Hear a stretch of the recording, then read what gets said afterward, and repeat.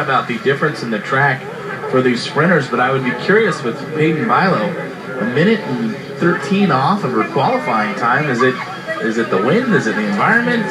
That was her best time coming in. They don't run a preliminary for the women's 5,000. This was a tactical race, and tactical races translate to slower times, and that was evident the first couple laps when, first 7 laps, no one wanted to take the lead. The pack was still very tightly bunched, and time doesn't really matter. They're looking forward to, in 2 weeks, Lawrence, Kansas, University of Kansas, the host for regionals. Just a lot to look forward to, and some of these athletes ran last night, so they're running conservatively today. They're running for points. They're running for their team. When you're Milo and Izzo, you're teammates to a point, but it looked like about that last, call it 250 meters, there was a little bit, all right, let's go see who's got it. Oh, they're competitive as well, as they should be. Everyone is out there to run their best times, and like we said, there's a team competition, but the individual aspect is there as well, and these are athletes. They want to win, and they put it all out there to do so.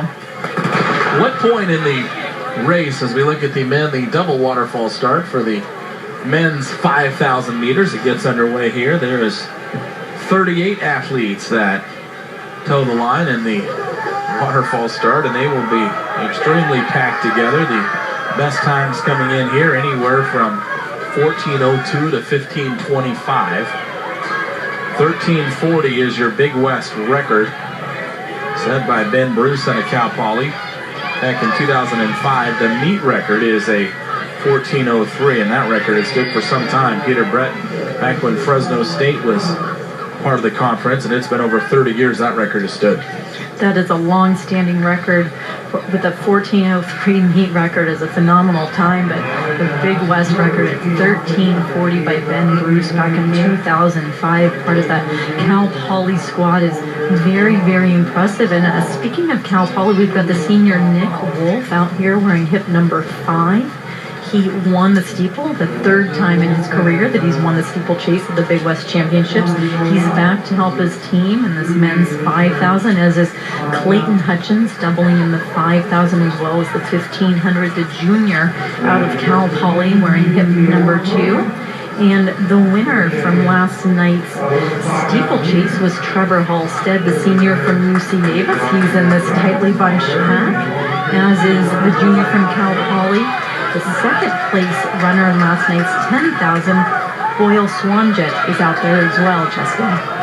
You see the men pack quite a bit thinner early compared to the women's 5,000 meters, and the various colors adorning, and Cal Poly, no strangers, right up at the top. Wolf, Jaguar, and Boyle running 3 out of the first 4 up top. But what I was starting to ask about the women's 5,000 meters still applies to the men's 5,000 meters. At what point do you make a decision as a runner that you're going to make this your race? And I'm done following, and I think I feel good enough, and I'm going to set the time. A lot of it's intuition. You just know. You know when you've had enough. You know when it's time to make a move. A lot of distance running has to come down to feeling. You've got to have a great sense of pace. You have to be able to run very, very consistent times.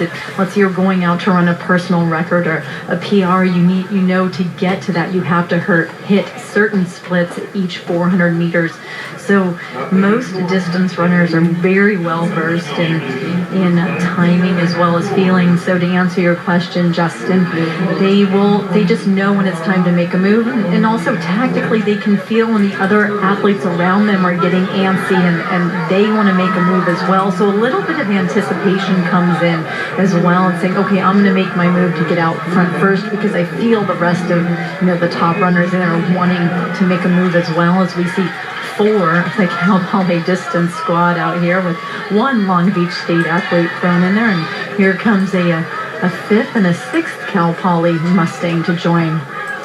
It's a Cal Poly wedge as they come across with 10 laps to go. And that brings me to the next question for you. As they have so many runners out there in the pack, does it ever talk about a team strategy? You mentioned earlier the lead runner just could end up being the lead runner and everybody else drops. But how about when you go to try to run the bunch in? Do you ever go through it and say, hey, if we get to the 9 lap to go mark and it's at a decent pace and we're boxed in, let's try and hold that if possible? Absolutely. A lot of team tactics come into play, especially with a squad such as Cal Poly that's very deep. They can use that to their advantage. These athletes train with each other day in and day out, so they know each other's tendencies from a running perspective very, very well. So they'll use that to say, let's push each other. Let's try to bring someone up that's running a slower time but is capable of, breaking through. Let's pull them to a better time. We'll see it at the professional level with the Kenyans and the Ethiopians. They are so well known for using team tactics when they run. They will help other athletes. They'll push each other to a faster time.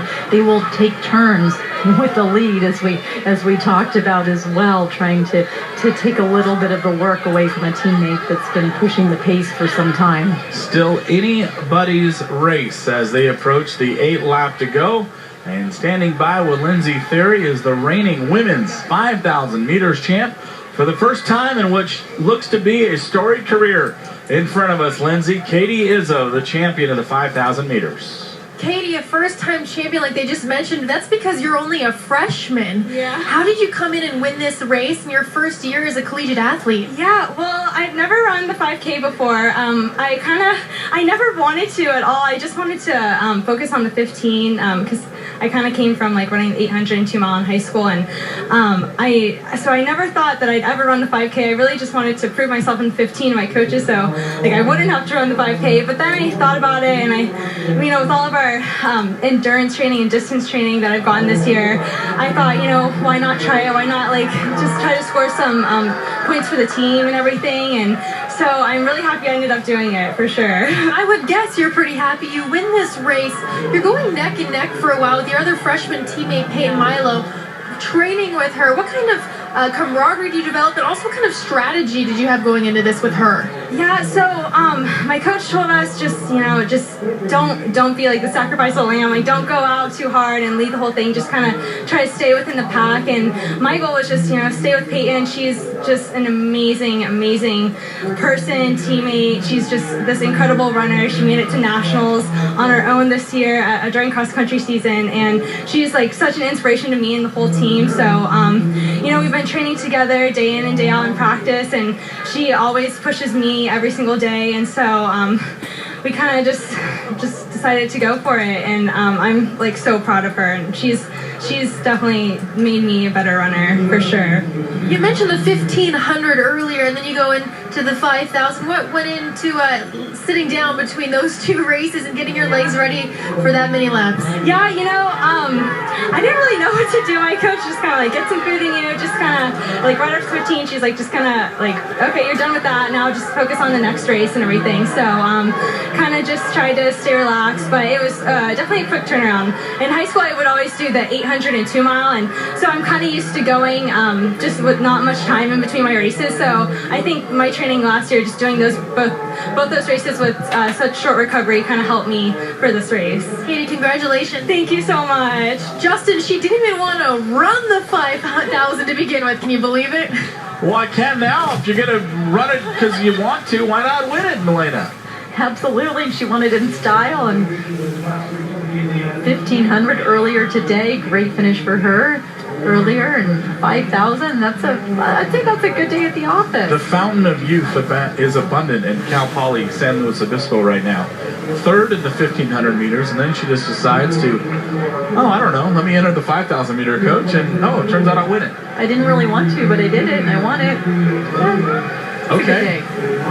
What does that say to anybody else around the race that's trained for that all year long? And here's this teenager comes out and bumps in the side and wins it in grand fashion with her teammate. Is back here trackside. The pack still fairly tightly packed as the pace starting to pick up. Cal Poly still well out in the front with the number of runners, if you will. 3 of the first 5 across, but Davis running in the 4 slot. Nick Wolf up top and Trevor Halstead from UC Davis right there. And Justin, just to touch on UC Davis for a little bit, Coach Ron Sheffield really tends to every detail with his training of all of his athletes, distance runners, sprinters, hurdlers, etc. And UC Santa Barbara coach Pete Dolan wanted to touch on that for a minute. He himself was He earned all Big West status in the 10,000 meters back in 1982, and this is his 29th season as head coach. And he's got a coaching philosophy that was very impressive to me. He said he wants a balanced team with a flair for the distances, and I know the UC Santa Barbara Gauchos have had some great distance performances today, and definitely his coaching philosophy is paying off. And 2013 had such a banner year at the Big West Track and Field Conference Championships, with both the men and women's finishing as runner-up in the team side. And we had 10 athletes taking individual titles. So Coach Dolan, hats off, just great job from a coaching perspective for all these young athletes as we see two Santa Barbara runners up in the top 5 of this men's 5,000.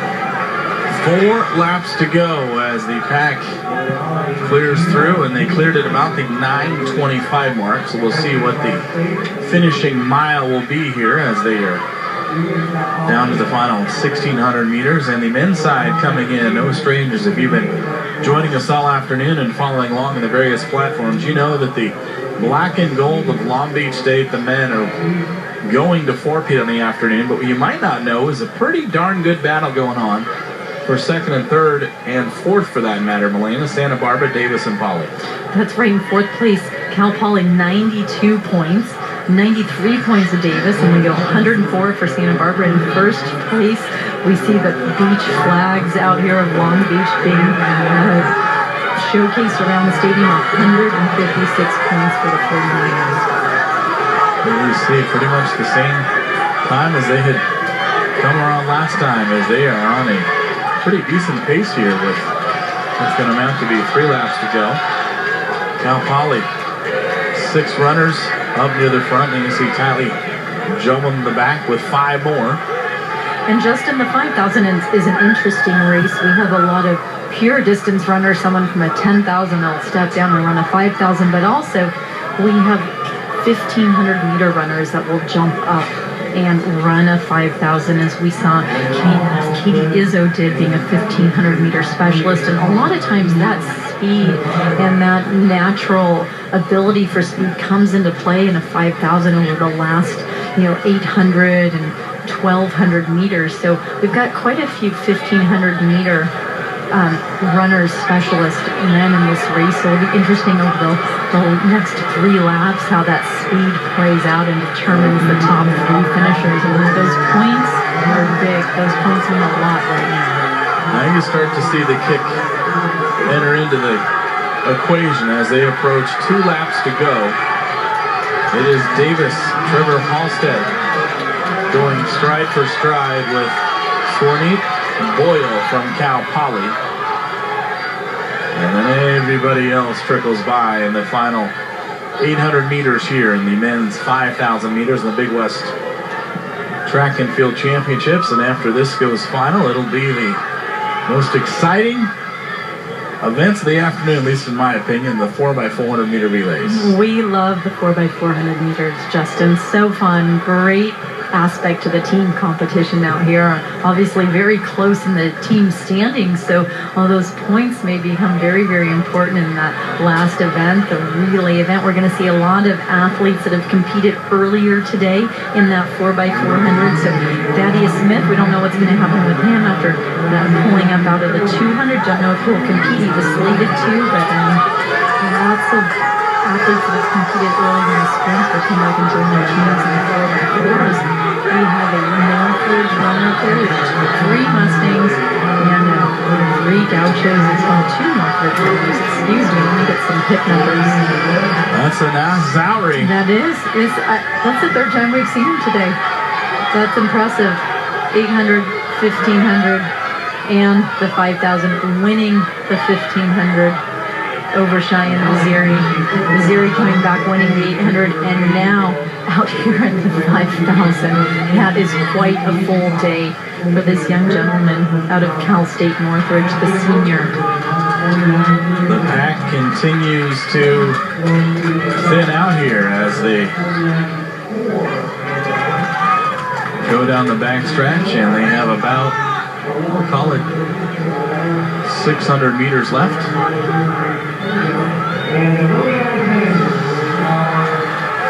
two Mustangs now take the lead, relying on knowing each other, pushing the pace as a team. You've got the Gauchos right there in third, followed by Cal State Northridge.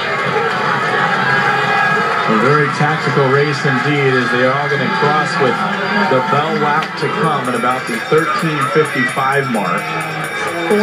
400 meters left, Justin. I think that 400 meters, when I was mentioning the 13:55 mark, it's interesting.